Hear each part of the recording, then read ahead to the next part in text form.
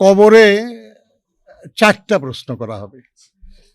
আমরা যারা মুসলমান আমরা সবাই জানি যে আসলে 3টা প্রশ্ন করা হয়, যে তোমার ধর্ম কি, তোমার রব কে এবং তোমার নবী কে। এখন ওনারা বলতেছেন যে 4র্থ প্রশ্ন নাকি করা হবে যে তুমি একটা নির্দিষ্ট মানে সেই প্রতীকে ভোট দিছো কিনা। কিছু লোক ভোটার আইডি, বিকাশ নাম্বার এগুলো নিয়ে কিছু কেলেঙ্কারি করেছে। তারাই সম্ভবত এই ধরনের ভুয়া ভোটার বা ভোটার মাইগ্রেশনের এই ঘটনার সঙ্গে জড়িত। RFL gas stove hassle free auto ignition নিশ্চিত করে ঝামেলাহীন রান্না। আরএফএল গ্যাস স্টোভ নিরাপদ ও ঝামেলাহীন। এমন হোল্ডিং নাম্বার যেখানে 4-5 জনের লোক বেশি বসবাসই করেন না কখনো, সেখানে 20-30 জন ভোটার হওয়ার অভিযোগ এসছে আমাদের কাছে। তারা তদন্ত করার কথা বলেছেন, তারা করবেন। স্পেসিফিক আমরা করব। হয়তো হোল্ডিং নাম্বারই নাই, কিন্তু কিছু হয়তো ভোটার সেখানে। এগুলেন কিছু মন্দ লোকরা করছে। আপনারা জানেন যে কিছু লোক ভোটার আইডি, বিকাশ নাম্বার এগুলেন নিয়ে কিছু কেলেঙ্কারি করেছে। তারাই সম্ভবত এই ধরনের ভুয়া ভোটার বা ভোটার মাইগ্রেশনের এই ঘটনার সঙ্গে জড়িত। আমরা মনে করি যে এই ব্যাপারে নির্বাচন কমিশনের ভূমিকা যথাযথ হওয়া দরকার, যাতে অবাধ, সুষ্ঠু, নিরপেক্ষ যে নির্বাচনের জন্য আমরা প্রায় 1.5 যুগ লড়াই করেছি, এবং গত 24শে জুলাই আগস্টেও আমাদের বহু সাথী, আমাদের সন্তানরা জীবন দিয়েছেন, সেরকম একটা অবাধ, সুষ্ঠু, নিরপেক্ষ নির্বাচন, শান্তিপূর্ণ নির্বাচনের ক্ষেত্র প্রস্তুত করার জন্য যে কোনো রকম ষড়যন্ত্রের বিরুদ্ধে নির্বাচন কমিশনের তার আইনানুগ সাংবিধানিক যে ভূমিকা, সেটা যেন তারা পালন করেন। প্রিয় সাংবাদিক বন্ধুগণ, আমরা আলোচনা করেছি যে অভিযোগ করা হয়, কিন্তু অভিযোগের প্রতিকার সবসময় পাওয়া যায় না। ওনারা আমাদেরকে বললেন যে প্রত্যেক নির্বাচনী এলাকায়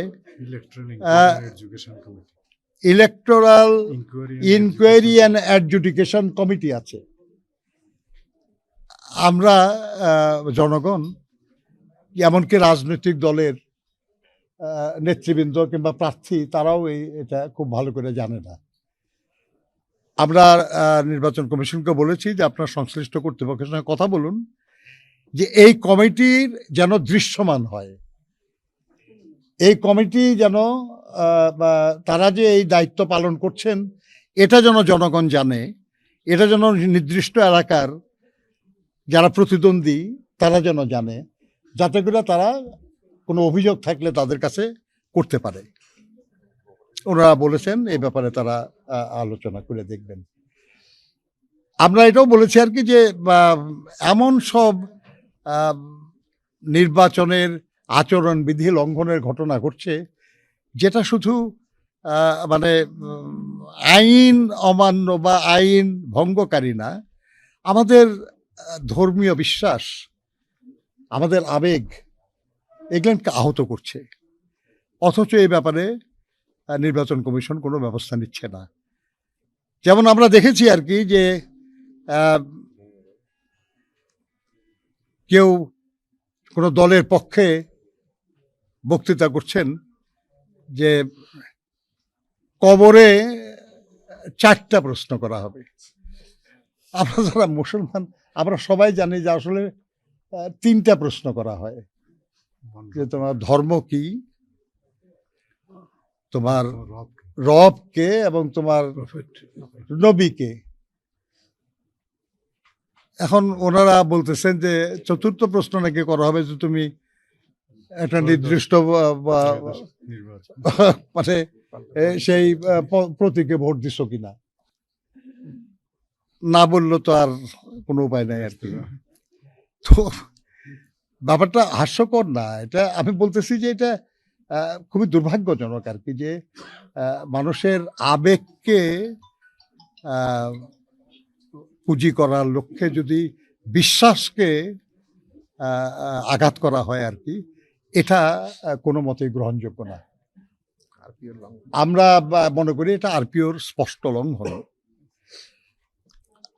এরকম আরো বেশ কিছু বিষয় আছে যেগুলো আমরা বলেছি তাদেরকে যে দেখেন এগুলো কোনো কিছুই গোপন না, এগুলো ক্রমাগত আসতেছে, ভিডিও বের হইতেছে, এবং এটা এআইও না, ফ্যাক্ট চেক করে দেখা গেছে এগুলো এআই না, এগুলো সঠিক। অতএব এইসব ব্যাপারে আপনাদের ব্যবস্থা নেওয়া দরকার। আর না হলে একটা নির্বাচন গুরুত্বপূর্ণ, কোনো সন্দেহ নাই, কিন্তু মানুষের বিশ্বাস, মানুষের আস্থা, এটা আরো অনেক বেশি গুরুত্বপূর্ণ। এটা যেন বিঘ্নিত না হয়। ওনারা বলেছেন যে এ ব্যাপারে তারা তাদের যা করার চেষ্টা করবেন তারা করতে।